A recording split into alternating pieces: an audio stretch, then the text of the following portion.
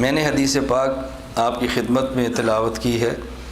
رسول اللہ صلی اللہ علیہ وسلم نے فرمایا المرء مع من احب، آدمی اسی کے ساتھ ہوگا کہ جس کے ساتھ دنیا میں محبت کرتا ہے۔ قیامت کے دن اس کا حشر ان لوگوں کے ساتھ ہوگا جن کے ساتھ یہ دنیا میں محبت کرتا ہے، جن کے ساتھ یہ دنیا میں رہتا ہے۔ محبت کرتا ہے تو بھی رہے گا، ویسے رہنے سے کیا بنتا ہے؟ اس کا حشر انہی کے ساتھ ہوگا۔ حدیث پاک میں ہے جب رسول اللہ صلی اللہ علیہ وسلم نے یہ بات فرمائی کہ المرء مع من احب، اس کا پس منظر کیا ہے؟ ایک صحابی نے پوچھا کہ یا رسول اللہ متی الساعۃ، اللہ کے نبی متی الساعۃ، قیامت کب آئے گی؟ آپ نے فرمایا کہ ما اعددت للساعۃ، تو نے قیامت کی تیاری کیا کی ہے؟ آج بھی لوگ پوچھتے ہیں نا عیسیٰ علیہ السلام کب آئیں گے، حضرت مہدی کب آئیں گے، یہ دجال کا فتنہ کب ہوگا، چسکے لینے کے لیے پوچھتے ہیں۔ تو رسول اللہ صلی اللہ علیہ وسلم نے پوچھا ما اعددت للساعۃ، یہ پوچھتا ہے قیامت کب آئے گی، مگر یہ بتا تو نے قیامت کی تیاری کیا کی ہے؟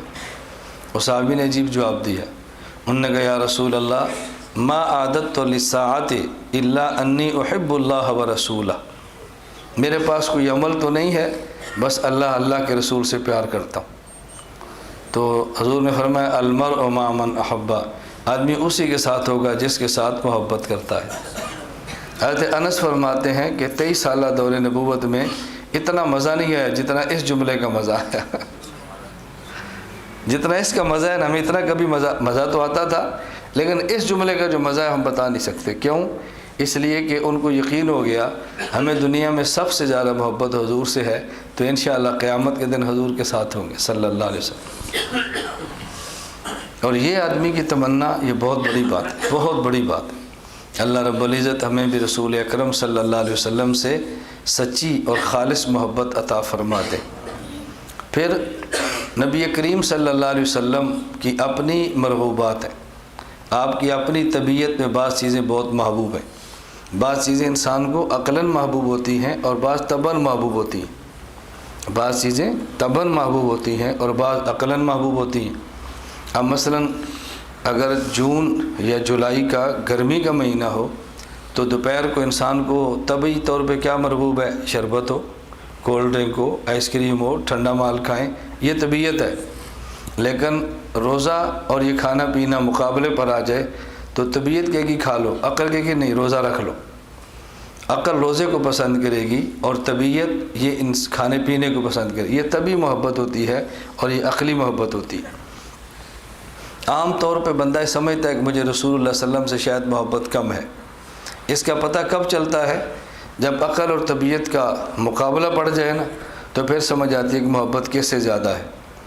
خدا نہ خواستہ اگر والد بھی حضور کی شان میں بات کرے تو بیٹا اٹھ جاتا ہے، نہ ابا سب کچھ سن سکتا ہوں، حضور کے بارے میں بات نہیں سن سکتا۔ اس وقت بندے کو احساس ہوتا ہے کہ اندر جو چھپی محبت سے اب کھل گئی ہے، اب اس کا تقاضے آئے تو محبت نے اپنا جوش دکھایا۔ نبی کریم صلی اللہ علیہ وسلم کو بھی بعض چیزیں طبعاً محبوب تھیں۔ حدیث پاک میں ہے آپ صلی اللہ علیہ وسلم فرمایا حبب الیہ من دنیاکم ثلاث، مجھے تمہاری جو دنیا ہے اس میں 3 چیزیں بہت پسند ہیں، الطیب والنساء وجعلت قرۃ عینی فی الصلاۃ۔ یہ 3 لفظ بڑے سمجھنے والے ہیں۔ فرمایا کہ مجھے تمہاری دنیا میں سے 3 چیزیں بڑی پسند ہیں، بلکہ الفاظ پہ غور کریں تو آپ نے یہ نہیں فرمایا کہ مجھے پسند ہے، فرمایا حببا، میرے دل میں ان 3 چیزوں کی محبت ڈال دی گئی ہے۔ نمبر 1 الطیب، مجھے خوشبو بہت پسند ہے، رسول اللہ صلی اللہ علیہ وسلم کو خوشبو۔ والنساء، فرمایا عورت بہت پسند ہے۔ وجعلت قرۃ عینی فی الصلاۃ، اور میری آنکھوں کی ٹھنڈک اللہ نے نماز میں رکھ دی۔ پہلی چیز کیا فرمایا؟ الطیب، مجھے خوشبو بہت پسند ہے۔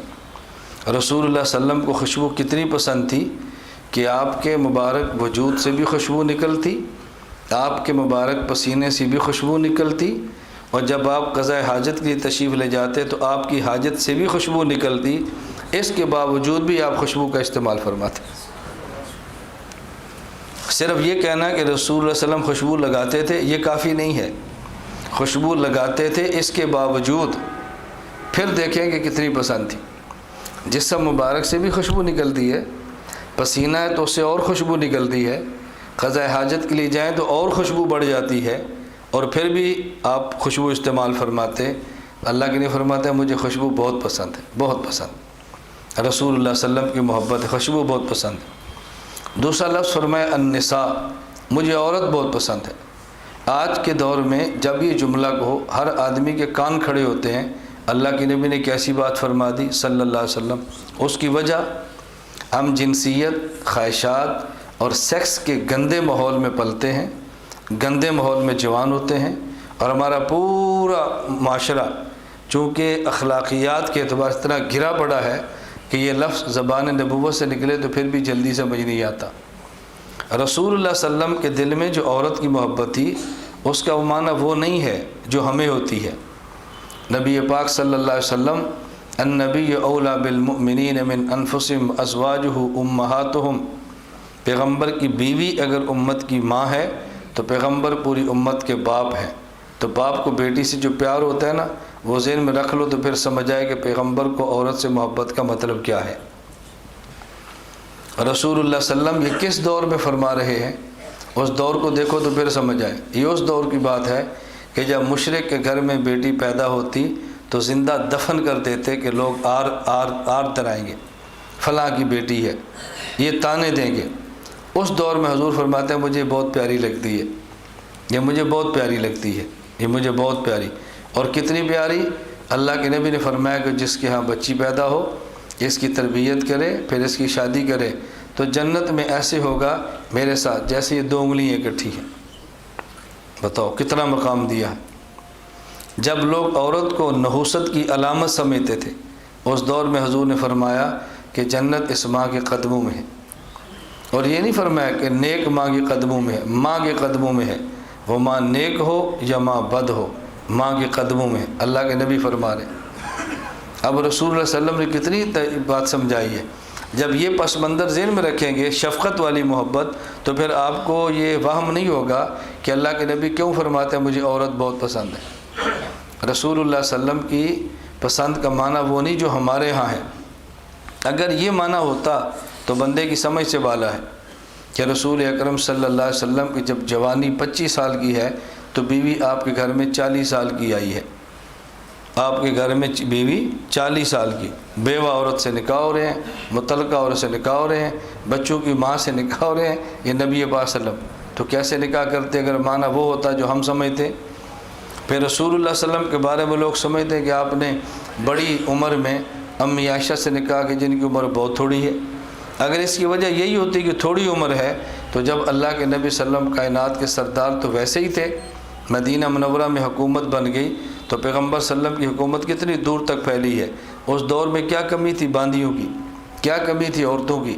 اللہ کے نبی اشارہ فرما دیتے تو حضور کے جان نثار ہر آدمی اپنی بیٹی لے کر حاضر ہو جاتا۔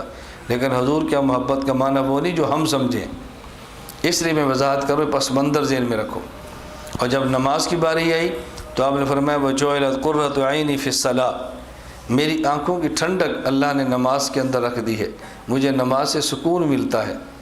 آپ سفر میں جا رہے تھے، حضرت بلال رضی اللہ تعالیٰ عنہ اذان دینے لگے، فرمایا تو دے ٹھہر جاؤ، ذرا ٹھنڈا ہونے دو، ٹھہر جاؤ۔ پھر دینے لگے، فرمایا ٹھنڈا، تھوڑی ٹھنڈی کرو، ظہر کی نماز ابرد ٹھنڈا کرو۔ اور حدیث پاک میں ہے کہ جب رسول اللہ صلی اللہ علیہ وسلم بلال کو فرماتے ہیں نا اذان دو، تو آپ یہ فرمایا کرتے تھے کہ ہمیں اذان دے کر راحت پہنچاؤ، اذان دے کر ہمیں راحت پہنچاؤ۔ اذان سے رسول صلی اللہ علیہ وسلم کو راحت ملتی تھی۔ تو نبی کریم صلی اللہ علیہ وسلم نے فرمایا کہ مجھے 3 چیزیں ہر ایک کی پسند ہے، مجھے 3 چیزیں بہت پسند ہیں۔ نمبر 1 الطیب، خوشبو، نمبر 2 والنساء، عورت، نمبر 3 جعلت قرۃ عینی فی الصلاۃ، نماز جو حضور پاک صلی اللہ علیہ وسلم کی آنکھوں کی ٹھنڈک ہے۔